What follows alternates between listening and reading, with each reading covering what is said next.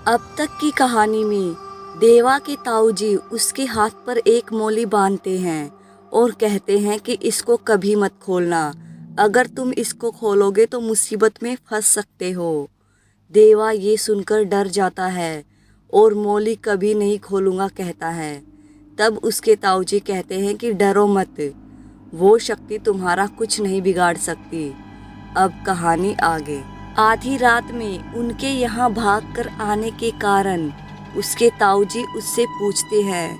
तब देवा उन्हें उसकी बड़ी बहन कैसी कैसी डरावनी हरकत कर रही थी सब बताता है। उसकी बात सुनकर देवा के ताऊजी चिंतित हो जाते हैं, क्योंकि उस घर में किसी नकारात्मक शक्ति का एहसास उन्हें पहले ही हो चुका था। देवा काफी डरा हुआ था, इसलिए देवा के ताऊजी देवा को अपने पास ही सुला लेते हैं।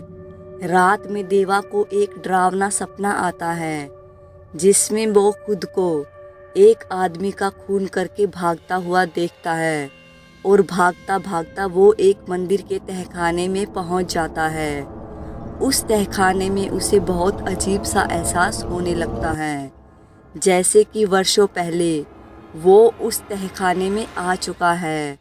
उस तहखाने की दीवारें उसे उससे बात करते हुए प्रतीत होती हैं। वहाँ उसे कभी जली हुई अगरबत्ती की खुशबू आती है तो कभी सड़ी हुई मछलियों की दुर्गंध आती है।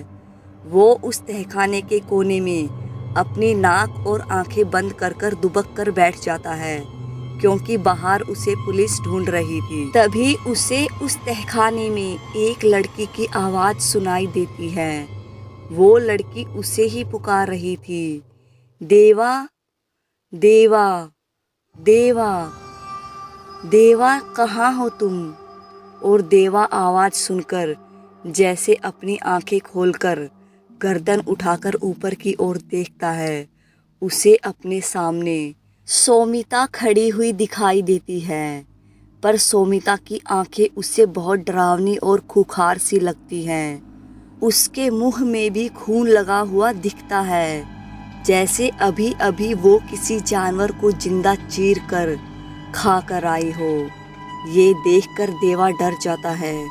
उसे ऐसा लगता है कि अब सोमिता उसे चीर फाड़ कर खा जाएगी। वो सोमिता को इस हाल में देखकर इतना डर जाता है कि उसके मुख से चीख निकलने लग जाती है और उसके चीखते ही पुलिस को पता चल जाता है कि वो यहाँ पर छुपा हुआ है। पुलिस तहखाने से पकड़कर उसे ले जाती है और जेल में बंद कर देती है। फिर वो सपने में आगे देखता है कि जेल में वो जली हुई रोटी को पानी जैसी दाल में डुबो डुबो कर खा रहा है। रोटियां जली हुई और बहुत कड़क है। उससे उसका एक दांत टूट जाता है और वो दर्द से कर्रा उठता है। उसके कर्राने की आवाज़ सपने में भी उसके मुख से निकल जाती है और उसके कर्राने की आवाज़ से उसके ताऊजी की नींद खुल जाती है।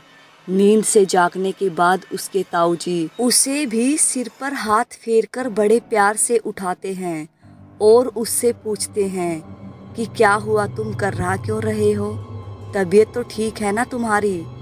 तब देवा उन्हें अपने सपने के बारे में बताता है और कहता है कि मैं ठीक हूँ। पर देवा के ताऊजी अब चिंतित हो चुके थे, क्योंकि देवा ने अपने सपने में अपना दांत टूटते हुए देखा था।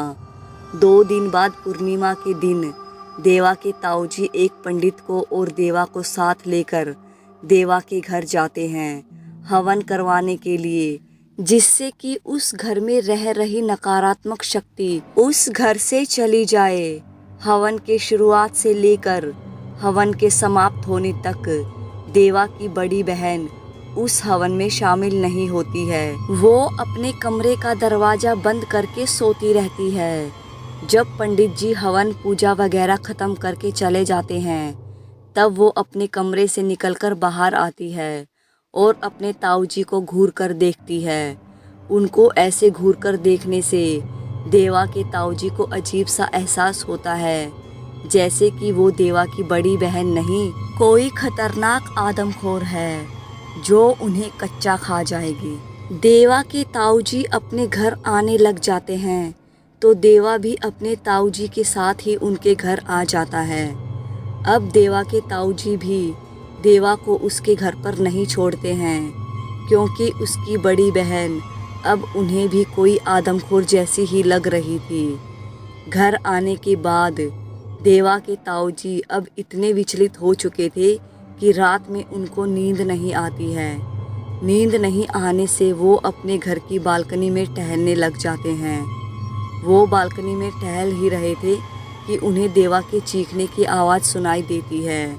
वो भागकर देवा के पास जाते हैं तो देखते हैं कि देवा नींद में चीख रहा है, जैसे कोई उसे बुरी तरह से पीट रहा हो और वो बचाओ बचाओ चिल्ला रहा हो।